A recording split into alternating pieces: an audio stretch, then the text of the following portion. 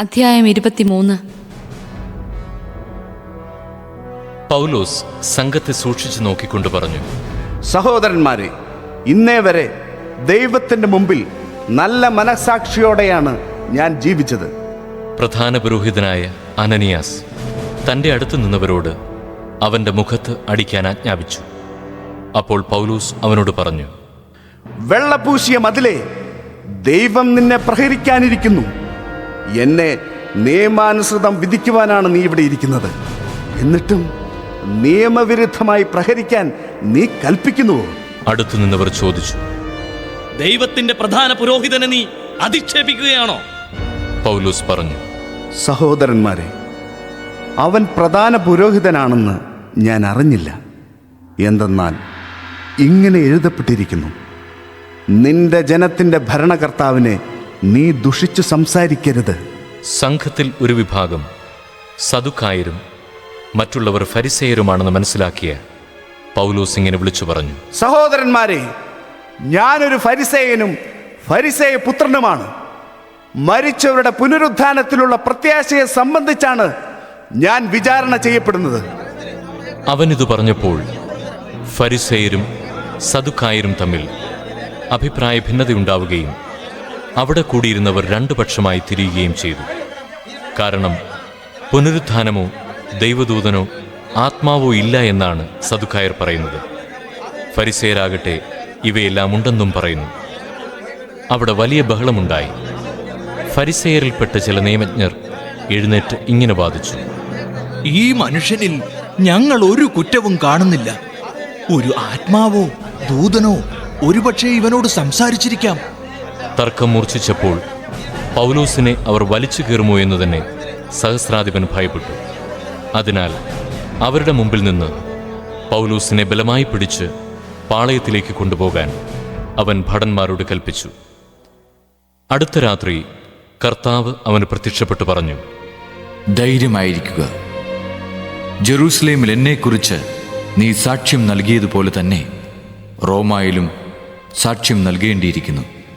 പ്രഭാതമായപ്പോൾ യഹൂദർ ഗൂഢാലോചന നടത്തി.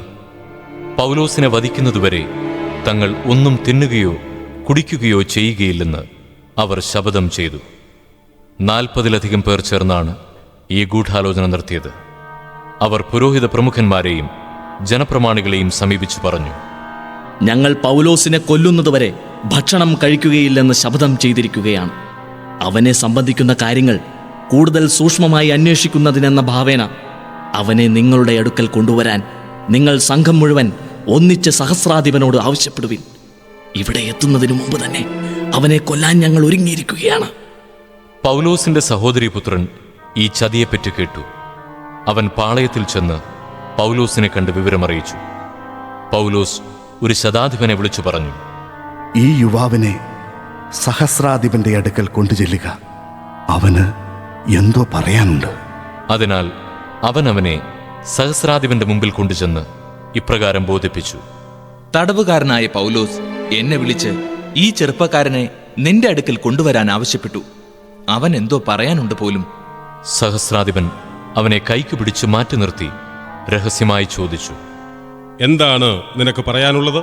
അവൻ പറഞ്ഞു, യഹൂദന്മാർ പൗലോസിനെ കുറിച്ച് സൂക്ഷ്മമായി അന്വേഷിക്കാനെന്ന ഭാവേന അവനെ തങ്ങളുടെ ആലോചനാ സംഘത്തിലേക്ക് കൊണ്ടുപോകണമെന്ന് അങ്ങയോട് അപേക്ഷിക്കാൻ തീരുമാനിച്ചിരിക്കുകയാണ്. നീ അവർക്ക് വഴങ്ങരുത്.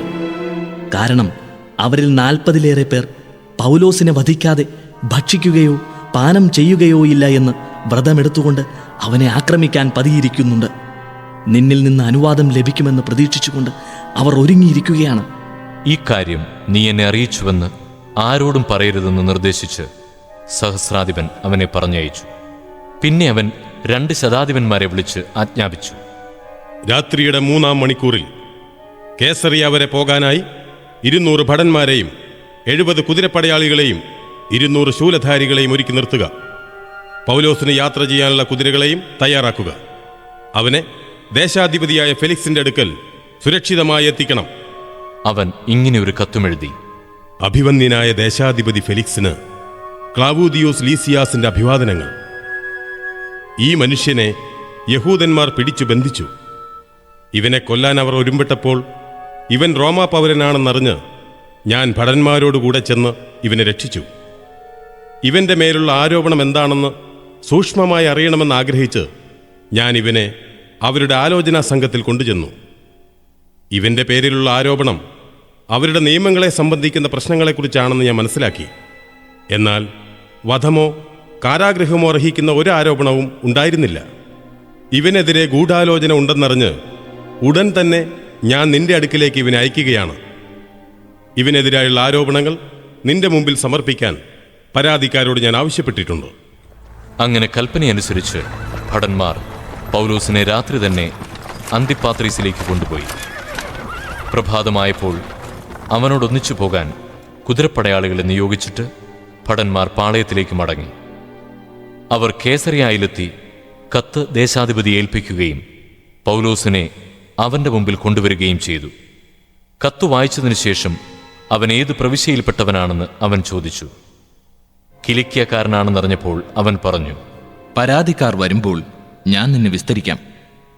ഹേരോദേസിന്റെ പ്രത്തോറിയത്തിൽ അവനെ സൂക്ഷിക്കാൻ അവൻ ആജ്ഞാപിച്ചു.